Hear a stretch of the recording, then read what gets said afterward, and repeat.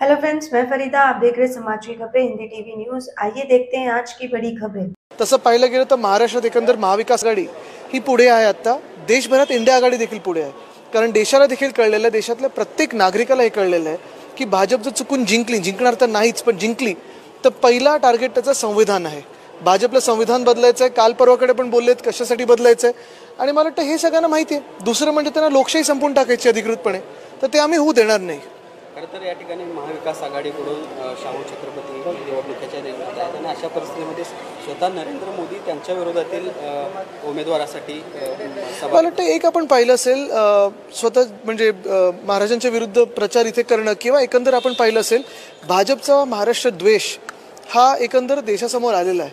काल परवाकडे पण आपण पाहिलं असेल, पहिलं गुजरातमधली कांदा निर्यात बंदी हटवली आणि मग सर्वत्र जी काही थोडीफार करायचं होतं ते केलं, पण त्याच्यात पण 48 तास घालवले।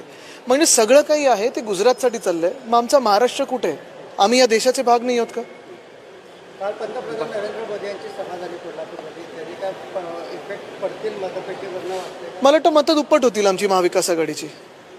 खरं तर आम्ही बाळासाहेबांचे विचार घेऊन पुढे चाललो, विचारांचे वारसदार आहोत असं एकनाथ शिंदे सांगतात। मात्र दुसऱ्या बाजूला त्यांचेच इथले उमेदवार शाहू महाराजांच्या अस्तित्वावर प्रश्न काय, जे गद्दार गुजरात, गुवाहाटी आणि गोव्याला जाऊन पलटात आणि टेबलावर जाऊन नाचतात, ह्यांनी माझ्या आजोबांचं नाव घेणं देखील मला वाटतं काही बरोबरी होऊ शकत नाही, आणि म्हणून मी ह्या गद्दारांकडे जास्ती लक्ष देत नाही। बाळासाहेब ठाकरेंच्या वंशजाला, पुढच्या पिढीला आता काँग्रेसला मतदान करावं लागतं, याची लाज वाटायला हवी। मला वाटतं जे पळाले ते कुठच्या ह्याच्यात पळाले, स्थितीत पळाले, ते कशासाठी पळाले? जॉईन ऑर जेल पॉलिसीमध्ये रडून ज्यांनी रडगाणं गायलं आणि पळाले स्वतःला वाचवायला, त्यांनी वंदनीय हिंदवी सम्राट बाळासाहेब ठाकरेंचं नाव देखील घेण्याचे ते लायकीचे नाही आहेत, कारण जे डरपोक असतात ते त्यांचं नाव घेऊ शकत नाहीत।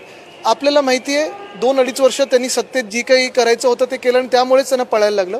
जाऊ दे, मी त्यांच्यावर जास्ती बोलत नाही।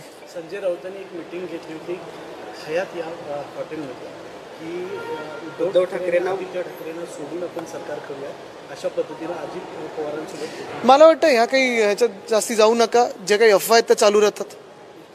आपण पाहताय आज राऊत साहेबच एक मोठा मोर्चा लढत आहेत आणि जेलमध्ये गेले, म्हणजे या डरपोक गद्दारांसारखं नाही केलं, जेलमध्ये स्वतः गेले, बाहेर आले तरी उद्धव साहेबांसोबत निष्ठावंत राहिले।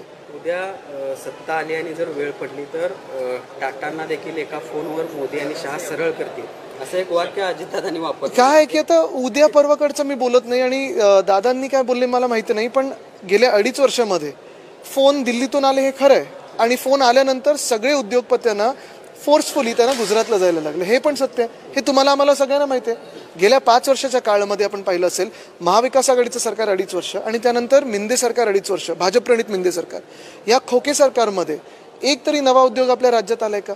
जे होते ते देखील पळवले जातात, जे येणार होते ते देखील पळवले जातात। आज आपण पाहतोय शेतकरी त्रस्त आहेत, महिलांवर अत्याचार वाढत चाललेले आहेत, पण कुठेही हे सरकार आहे असं वाटत नाहीये। नुसतं देणं घेणं, वाटाघाटी, खोके ह्याच्यातच व्यस्त आहे। मुख्यमंत्र्यांना या कोल्हापूरमध्ये आता हेच तुम्ही मला वाटतं भाषण म्हणून दाखवाल यावं असं वाटतंय, पण ह्या ज्या वेळी ते कोल्हापूरमध्ये अलीकडे येत आहेत त्यावेळी एक वाक्य वापरतात किंवा एक उदाहरण सांगतात की 26 जुलैच्या पुराच्या काळामध्ये बाळासाहेबांना मातोश्रीवर ठेवून बघा, खोटाड्यांकडे लक्ष देऊ नका। दुसरी गोष्ट म्हणजे पहिली ही मला माहिती पाहिजे, एक काही कोणतरी गद्दार गँगमधलाच माणूस होता, आमच्यातून तिथे फुटून गेल्यानंतर एका व्यक्तीच्या घरात घुसून त्यांनी महिलेवर हात उचलला होता, आई वडिलांवर हात उचलला होता, व्हिडिओ देखील आला होता, आपण देखील चालवलं होतं।